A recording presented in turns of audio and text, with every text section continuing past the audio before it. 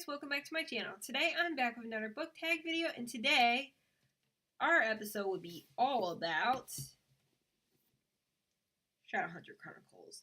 And today we're going to decide which is better, Mortal Instruments or Infernal Devices. And part of this tag, I will leave a link below in the description in case you're interested in trying it out, or also the questions. So just to let you know.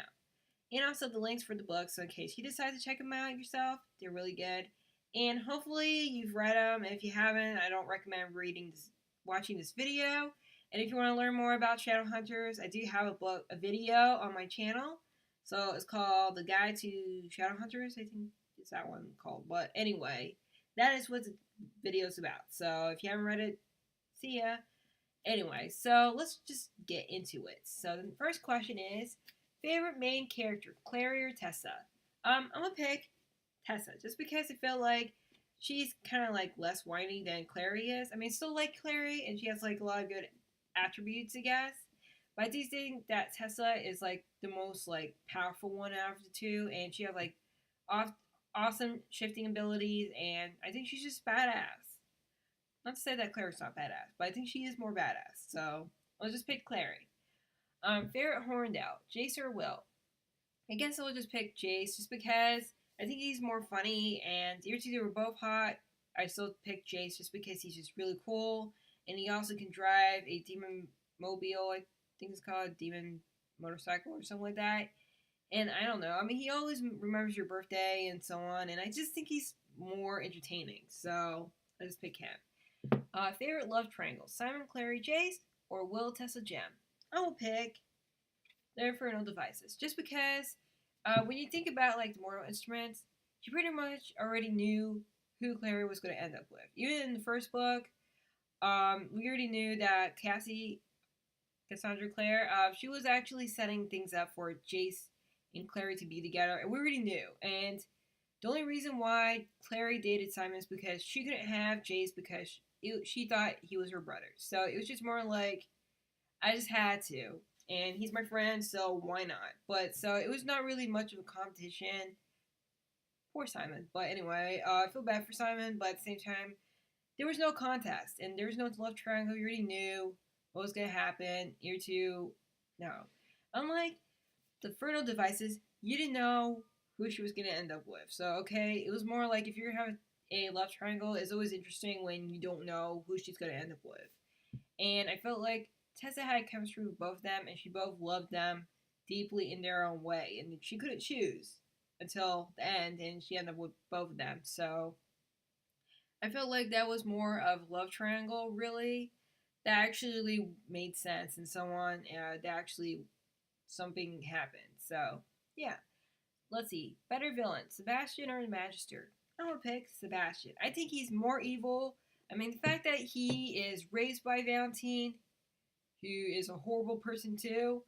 And let's see, he raised by him, but he also has demon blood. You know, he's going to be even more demon-hearted anyway. And he has no feelings or anything. And to the point where he also has he loves Clary, not in a brotherly way, but more like in a gross way and so on, which is really disgusting. And the fact that he almost took over Idris, it shows like how far he was gonna go. And he's just like very crazy to be around with. I mean, come on. He gets into your head. He's just like, you know, he's just very crazy. He's very scary, man. He's just scary. And Magister, I pretty much just think he's just funny. He's just silly. Silly. Anyway, next question is Dark Army or the Clockwork Army? Let's see. I think, well, if I had to say like a Dark Army is more scarier, but I think Clockwork Army seems more entertaining to watch. If you were like watching like a movie or something like that, and you got like a lot of army that's all mechanical and stuff, and I imagine it would be like gold in some way. They were like more on the gold side or something.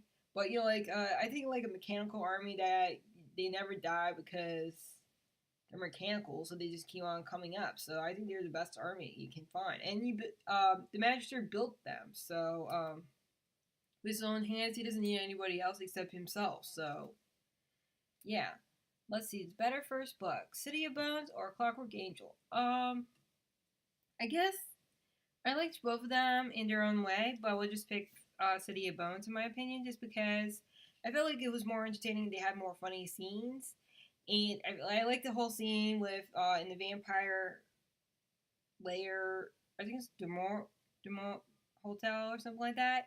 And I thought that was like a funny scene that was really interested, and I also like the fact that you got to introduce like the New York Institute and stuff, which was like really cool and stuff. And I don't know, I just like I had so much fun with them, and yeah, I just had more fun reading this one. When it comes to between the two, I mean, I still I like this one, but I still like this one more. Anyway, let's see. Better female sidekick. Between Isabelle Lightwood or Cecily Herondale. I don't think there's any contest because Isabelle is way more badass. Okay, she is badass to the core, man. She has great style. She's independent. She's strong-minded.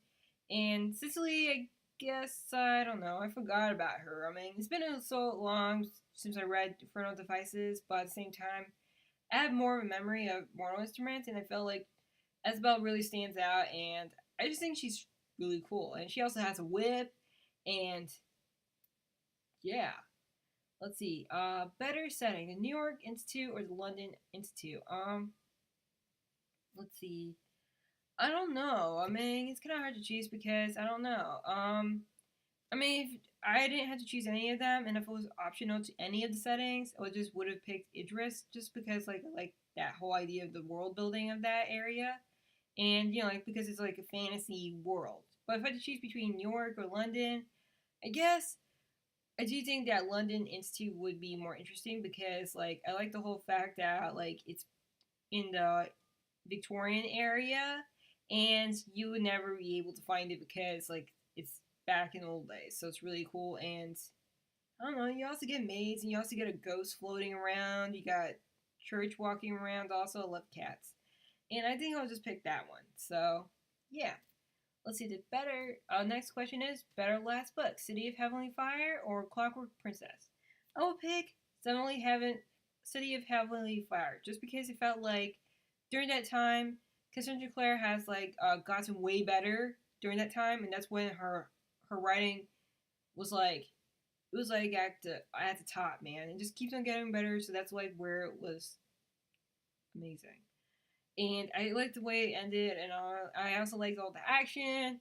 The Dark Army in there. There's even fairies in there, and it was crazy. There was downwarders. There's crazy characters going on, and and even characters from the Infernal Devices did show up at some point. So pretty much just like yeah.